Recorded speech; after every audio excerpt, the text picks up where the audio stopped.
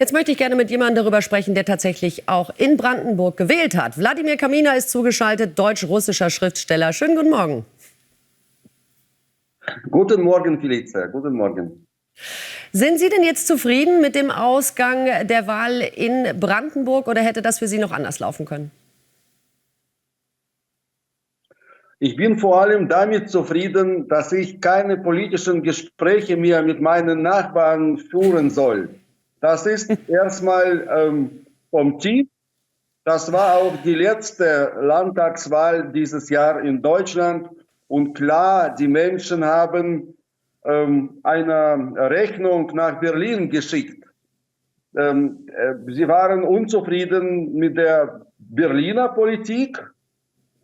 Wie schon die vor mir, die Kollegen sagten, und ich hoffe sehr, dass das eine Lehre sein wird für die nächsten politischen Akteure. Leute, macht bitte keine Koalitionen, wenn ihre Parteiprogramme so weit auseinander liegen.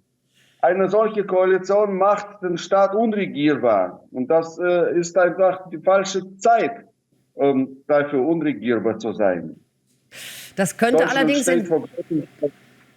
ja, das stimmt. Das könnte allerdings in Brandenburg natürlich jetzt genauso werden, denn der BSW ist natürlich sehr stark geworden, die CDU abgestraft. Das heißt, die Koalitionsbildung, die dürfte ja nun in Brandenburg ähnlich schwierig werden. Und im Zweifel, selbst wenn es klappt, dürften da schon Parteien zusammenkommen, ja, deren Parteiprogramm ja doch sehr weit auseinander liegt. Womit hat die BSW ihre Stimmen geholt?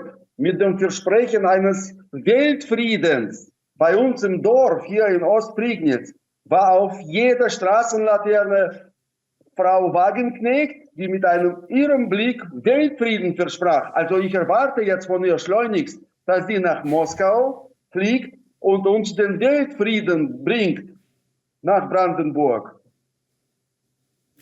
Ja, das ist auf jeden Fall, wäre das ein frommer Wunsch und es wäre schön, wenn sie das hinbekommen könnte. Fraglich, ob sie das tatsächlich schafft. Auch die AfD ist natürlich sehr stark, auch wenn sie nicht stärkste Kraft geworden ist, hat sie doch sehr, sehr viele Stimmen auch bei den jungen Menschen in Brandenburg geholt. Wenn Sie sich so mit Ihren Nachbarn, mit den Menschen unterhalten, was glauben Sie, warum wählen die denn AfD, die jungen Menschen? Womit ködert die AfD diese jungen Kinder? Die AfD hat tatsächlich die Jugend erreicht.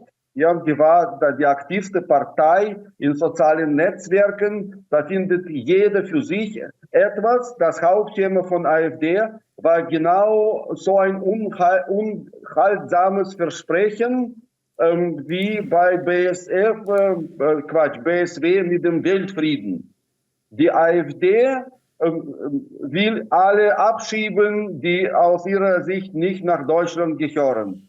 Das ist genauso unhaltbar wie die anderen. Wir sehen, dass die radikalen Parteien damit punkten, dass sie radikale Lösungen anbieten. Von den radikalen Lösungen weiß man, dass sie nie funktionieren. Und trotzdem glauben die Menschen daran und geben ihnen ihre Stimme, weil sie überhaupt keinen Plan für das Land sehen, keine gescheite Antwort von der Bundesregierung sehen. Also diese Landtagswahlen waren eine Postkarte nach Berlin, das ist klar.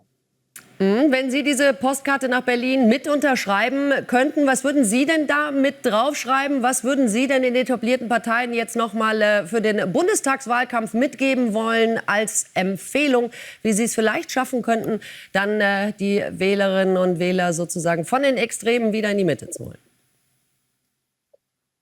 Ich würde mitschreiben, Leute, verspricht niemals etwas, was ihr nicht halten könnt.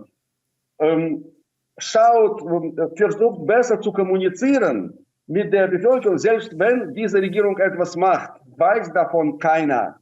Die Kommunikation in den letzten Jahren zwischen der Bundesregierung und der Bevölkerung war katastrophal. Und Ja, jetzt ist mir das Wichtigste ist mir jetzt entfallen aus dem Kopf. Leider. Aber das war tatsächlich schon eine sehr wichtige Botschaft. Ich glaube, das mit der Kommunikation, das würden viele andere Menschen auch mit unterschreiben. Wladimir Kamina, ich danke Ihnen sehr für dieses Gespräch. Danke, in die Prignitz. Ich danke Ihnen.